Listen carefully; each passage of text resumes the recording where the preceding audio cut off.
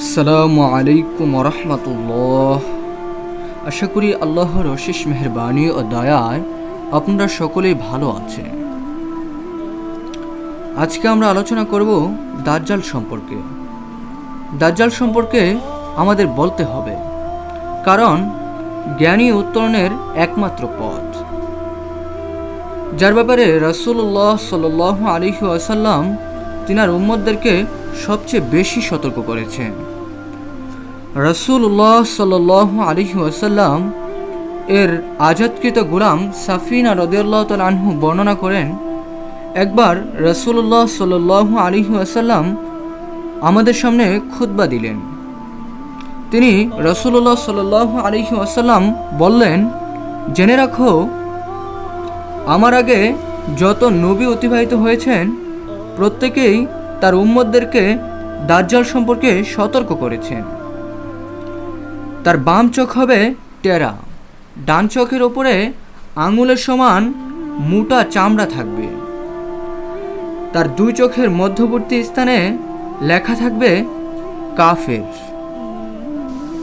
সঙ্গে দুটি উপত্যকা নিয়ে সে আত্মপ্রকাশ করবে, একটা জান্নাত, অপরটা জাহান্নাম।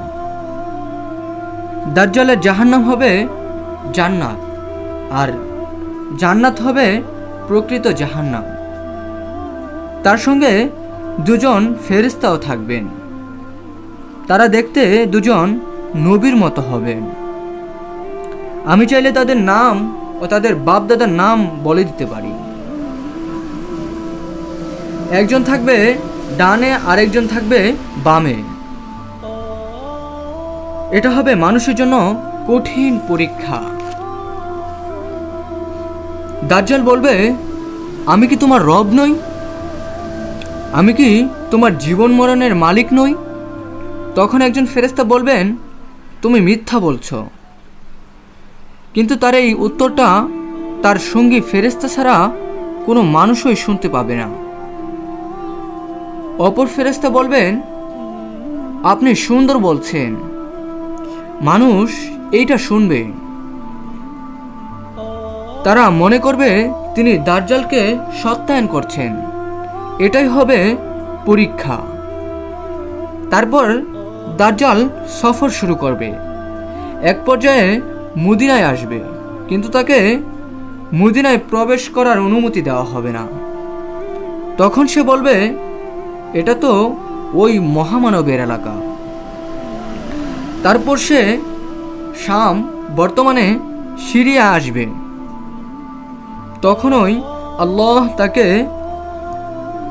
আফিকের গিরিপথের নিকটবর্তী এক জায়গায় ধ্বংস করবেন। কে এই দাজ্জাল? কে? সে আদম সন্তানেরই একজন। মুমিনদের পরীক্ষার জন্য আল্লাহ পাক তাকে অলৌকিক কিছু বৈশিষ্ট্য দিবেন। তবে দৈহিক গঠন হবে ত্রুটিযুক্ত। বিশাল দেহ, পায়ের দুই লালার মাঝে যথেষ্ট দূরত্বের দরুন চলনে ত্রুটিযুক্ত, চুল অস্বাভাবিক কুঁকড়ানো এবং অগুছালো, অত্যাধিক ঘন কেশ বিশিষ্ট, এক চোখ কানা থাকবে, অস্বাভাবিক শুভ্র দেহবর্ণ, প্রশস্ত কপাল, দু চোখের মাঝামাঝিতে কাফের লেখা থাকবে, যা শিক্ষিত অশিক্ষিত সকল মুমিনের দৃষ্টিগোচর হবে। আল্লাহ আমাদেরকে দাজ্জালের ফিতনা থেকে হেফাজত করুন, আমিন। মনে রাখবেন, রাহবারের একটি ভিডিও শেয়ার করা মানে আপনি অন্যকে সঠিক পথ প্রদর্শন করছেন।